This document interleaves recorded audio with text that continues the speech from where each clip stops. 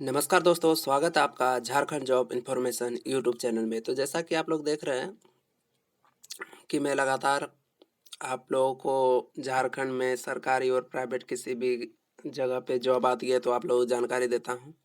तो आज देख लीजिए सुभाष चंद्र बोस आवासीय विद्यालय बोकारो में ज़बरदस्त वैकेंसी का नोटिफिकेशन आया हुआ है। तो चलिए देखते हैं कि किस किस पोस्ट में कितने कितने भर्ती है, क्या सैलरी है, एज, क्वालिफिकेशन क्या चाहिए, सारा जानकारी देते हैं। तो चलिए वीडियो को फटाफट स्टार्ट करते हैं। तो देखिए दोस्तों, फर्स्ट में ही दिया हुआ है यहाँ पे विज्ञापन संख्या, ये आपको याद रखने की ज़रूरत है। MGT 03/2021, यानी कि दोस्तों ये वैकेंसी पहले भी आया हुआ था, लेकिन इसको उस टाइम रद्द कर दिया गया किसी टेक्निकल कारण की वजह से। फिर इसको देखिए पुनः प्रसारण किया गया 18/7/2024 को, यानी कि आज तो 20 हो गया दोस्तों, आज से 2 दिन पहले। तो चलिए इसकी पूरी जानकारी देते हैं आप लोगों को। तो यहाँ पे तो कुछ ज़्यादा है नहीं जानने लायक। विज्ञापन संख्या वहाँ दिया हुआ है, तो ये चलिए अब देखते हैं। देखिए कोटिवार रिक्ति पद, तो देखिए किस किस कैटेगरी में कितने कितने पोस्ट है आप लोग बता देते हैं। देखिए पूर्णकालिक शिक्षा यानी कि हिंदी भाषा के लिए दोस्तों टोटल 2 वैकेंसी, एक UR के लिए, एक OBC 1 के लिए है। और एक चीज़ मैं आपको बता देता हूँ दोस्तों कि मेरा वीडियो थोड़ा सा लंबा होता है, लेकिन वीडियो पूरी सटीक जानकारी मिलती है आपको। इसके बाद आपको कोई वीडियो देखने की ज़रूरत नहीं होगी, अगर आप समझ जाएंगे इसी वीडियो में। तो देखिए 2 नंबर में अगर बात करें तो पूर्णकालिक अंग्रेजी शिक्षक 2 है, एक UR के लिए, एक OBC के लिए, ठीक है। टोटल 2 पोस्ट है। और सामाजिक विज्ञान के लिए 1 पोस्ट है, UR में 0 पोस्ट है, OBC 1 में 1 पोस्ट है, और टोटल 1 पोस्ट है। और देखिए पूर्णकालिक शिक्षक यानी कि जीव विज्ञान और रसायन विज्ञान के लिए 2 पोस्ट है टोटल। 1 पोस्ट UR में है, 1 पोस्ट OBC 1 में है। और OBC 2 और ST SC का और EBC का पोस्ट नहीं है दोस्तों। तो ये नहीं सोचिए कि उन लोगों के बारे में क्यों नहीं बता रहे हैं, उसका पोस्ट ही नहीं है भाई, तो कैसे बताएंगे। तो देखिए इसके बाद भौतिक विज्ञान और गणित का टोटल 1 पोस्ट है, वो दिया है OBC 1 को। OBC 1 को बहुत ध्यान रखा जा रहा है सुभाष चंद्र बोस आवासीय विद्यालय में, पता नहीं क्यों, क्योंकि इसको जनरल में रखना चाहिए था भाई अगर 1 पोस्ट है तो। चलिए वो सब सरकारी संस्था का बात है, तो उसके बारे में बाद में चर्चा होती रहेगी। देखिए दूसरी है कंप्यूटर शिक्षक की, इसके 2 पोस्ट हैं, एक UR में है और एक OBC 1 में है। बाकी SC ST EBC में पोस्ट नहीं है, तो दोस्तों उस पर भी ध्यान दीजिएगा आप लोग। और देखिए रात्रि प्रहरी का है वैकेंसी। उससे पहले दोस्तों मैंने छोड़ दिया 9 नंबर। देखिए अभी बता देता हूँ, पूर्णकालिक लेखपाल सह कंप्यूटर ऑपरेटर का 1 पोस्ट है, वो भी OBC 1 का है। और रात्रि प्रहरी का 2 पोस्ट है टोटल, उसमें एक UR का है, एक OBC 1 का है। बाकी किसी में पोस्ट नहीं है, टोटल 2 पोस्ट है। मुख्य रसोई का भी 2 पोस्ट है टोटल, और एक UR का है, एक OBC 1 में है। और देखिए सहायक रसोईया का टोटल 6 पोस्ट है, 3 है UR में, 1 है OBC 1 में। तो पता चल गया दोस्तों कि किस किस पोस्ट में कितने कितने पोस्ट है, सारा कुछ मैंने आपको बता दिया। और टोटल सीट की बात करें दोस्तों तो 24 सीट है टोटल, सभी रिक्तियों को मिला के। तो चलिए इसकी सारा जानकारी देते हैं आप लोगों को। तो देखिए यहाँ पे 2 नंबर पॉइंट में लिखा हुआ है दोस्तों कि उक्त पदों पर चयन हेतु आवेदन पत्र विहित प्रपत्र में जिला शिक्षा पदाधिकारी सह जिला कार्यक्रम पदाधिकारी झारखंड शिक्षा परियोजना कैंप्स मध्य विद्यालय SBM चास वेब होटल के पीछे बोकारो 827033, ये पिन कोड है दोस्तों। और सॉरी दोस्तों, ये मैसेज आ गया मेरे फ़ोन में, के पते पर निबंधित डाक द्वारा अनिवार्य रूप से दिनांक 13/8/2024 तक, इस डेट को याद रखिए दोस्तों, 13/8/2024 तक उपलब्ध कराना सुनिश्चित करेंगे। साधारण डाक से भेजे गए आवेदन स्वीकार नहीं किए जाएंगे। समझ गए दोस्तों, साधारण डाक से आपको नहीं भेजना है, आपको स्पीड पोस्ट करना है। कब तक? आपका 13/8/2024 तक इस पते पर स्पीड पोस्ट हो जाना चाहिए। देखिए दोस्तों, इस पते पर जिला शिक्षा पदाधिकारी सह जिला कार्यक्रम पदाधिकारी झारखंड शिक्षा परियोजना कैंप्स मध्य विद्यालय SBS चाय वेब होटल के पीछे बोकारो 827013। और इसका सबसे एक बड़ा खुशखबरी की बात है दोस्तों, इसमें 24 जिला के व्यक्ति अप्लाई कर सकते हैं। इसमें ये जरूरी नहीं कि सिर्फ बोकारो वाले अप्लाई करेंगे।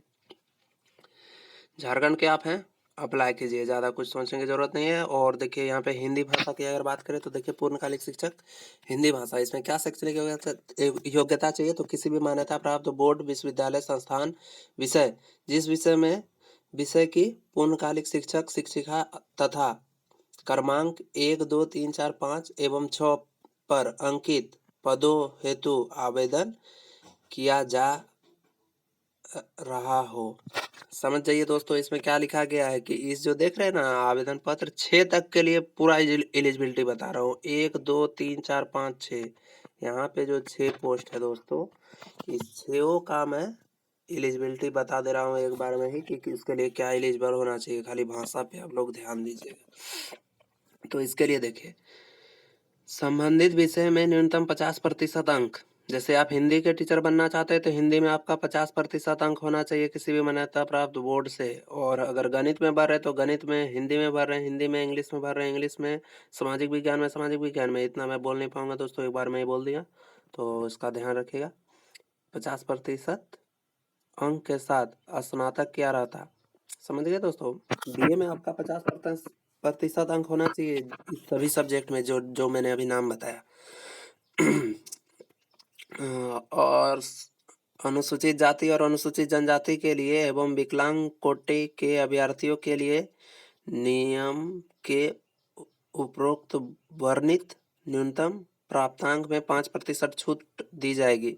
यानी कि दोस्तों जो विकलांग है या SC ST है उसको 5% का छूट मिलेगा। चयन के उपरांत शैक्षणिक योग्यता प्राप्तांक को प्राथमिकता दी जाएगी। यानी कि दोस्तों देखिए, अगर दो मतलब मेरिट बनेगा उसमें, अगर दोनों का नंबर सेम रहेगा तो उसमें प्राप्तांक के अनुसार, यानी कि आपका BA के मार्क्स के बेसिस पे आपका सिलेक्शन लिया जाएगा। अब देखिए, कंप्यूटर शिक्षक के लिए न्यूनतम अर्हता BCA या फिर BSc in computer service any graduate with 2 year diploma in computer science for recognising institute of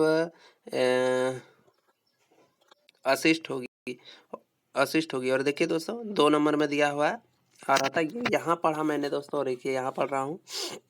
शैक्षणिक अर्हता क्रमांक 1 से 4 के लिए समान प्राप्तांक प्रतिष्ठान में BA अथवा समकक्ष परीक्षा यथा प्रारंभिक शिक्षक में 2 वर्षीय डिप्लोमा में उत्तीर्ण एवं क्रमांक 5 एवं 6 के लिए मान्यता प्राप्त प्रतिष्ठान से B.Ed उत्तीर्ण होगा। यानी कि दोस्तों आप समझिए, अगर आप 1 से लेकर 5 क्लास तक के लिए भर रहे हैं ना, तो आपके पास DLED का डिग्री होना अनिवार्य होगा, तभी आपका होगा। और अगर आप 6 से 9th के लिए भर रहे हैं तो उसके लिए आपका B.Ed का डिग्री होना चाहिए। यहाँ पे ये लिखा हुआ है B.Ed का डिग्री होना चाहिए दोस्तों, तो इसका भी आप ध्यान रखिएगा कि आपके पास B.Ed का डिग्री होना चाहिए। और 2 वर्षीय उत्तीर्ण डिप्लोमा भी होना चाहिए। माने कि डिप्लोमा दोस्तों DLED को बोलता है, और B.Ed मतलब वही जो इंट्रेंस निकाल के करते हैं हम लोग सरकारी कॉलेज मिलने पे, या फिर प्राइवेट से भी होता है B.Ed। उसके बारे में जो BA के बाद होता है वो B.Ed, और जो इंटर के बाद होता है वो डिप्लोमा। सिंपल भाषा में समझिए, उतना आपको दिमाग खर्चा करने की जरूरत नहीं है। अब देखिए 6 नंबर में लिखा हुआ है दोस्तों कि मान्यता प्राप्त प्रतिष्ठान से B.Ed, हाँ इस तो बता दिया दोस्तों। शारीरिक शिक्षा के लिए, हाँ देखिए दोस्तों, आप शारीरिक शिक्षा के लिए क्या होगा, तो bachelor in physical education in degree in physical education अनिवार्य होगा। यानी कि बैचलर और डिग्री दोनों में आपका फिजिकल एजुकेशन होना चाहिए। और देखिए आप 3 नंबर में शिक्षक पात्रता परीक्षा, तो जो JTET के बाद होता है, तो यहाँ पे कौन कौन सा चल जाएगा वही बता रहा हूँ आपको हम। तो देखिए दोस्तों, राष्ट्रीय शिक्षा परिषद, इतना हमको पढ़ने की जरूरत नहीं दोस्तों क्योंकि मुझे पता है इसके बारे में। तो JTET हो या CTET हो, आप भर सकते हैं टेट। उत्तीर्ण रहना अनिवार्य होगा। नीट उत्तीर्ण होना अनिवार्य रहेगा, मायने नहीं रखता कि आप जेटेट किए हो या सीटेट। और कक्षा 9-10 हेतु वर्गीकृत किए गए परिणामों में इसको दोस्तों सीटेट करना अनिवार्य रहेगा, जो कक्षा 9-10 पढ़ाएंगे। और उधर वाले को भी सीटेट करना होगा। वीडियो काफ़ी लंबा हो रहा है दोस्तों, तो चलिए ये सब तो मैंने आपको बता ही दिया। मुख्य बातें अब जल्दी से बता देता हूँ। अब देखिए रात्रि प्रहरी के बारे में दोस्तों।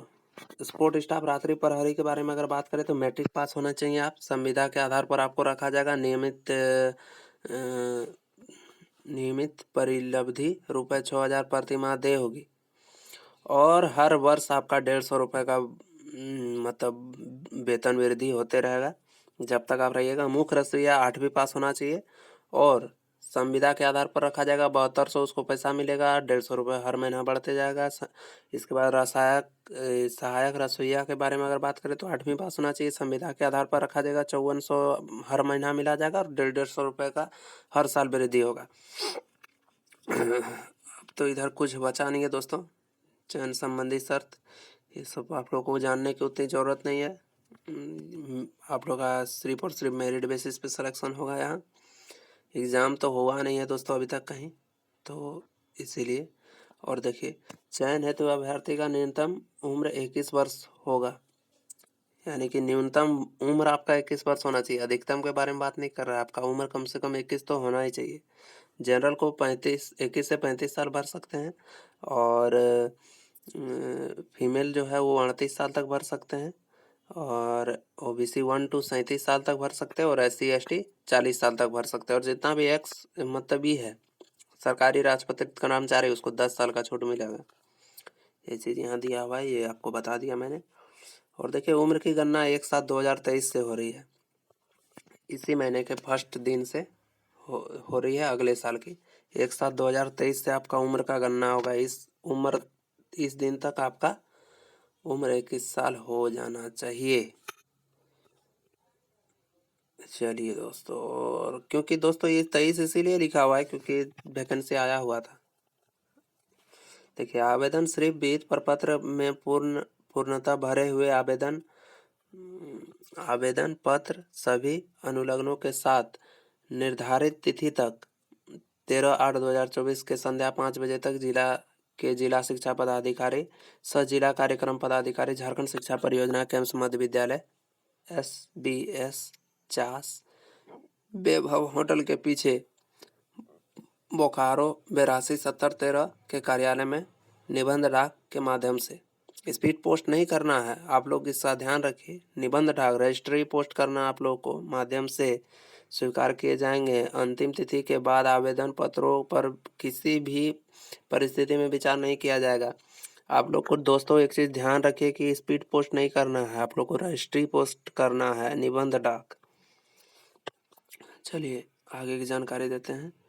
तो इसमें देखिए आवेदन में के साथ क्या क्या संलग्न करना होगा। तो एक 23 x 10 सेंटीमीटर 100 हस्तलिखित हुआ लिफाफा जिसमें डाक टिकट लगाना होगा दोस्तों। कितना का लगाना है वो नीचे पता चलेगा। देखिए यहाँ पे 100 हस्तलिखित लिफाफा होना चाहिए।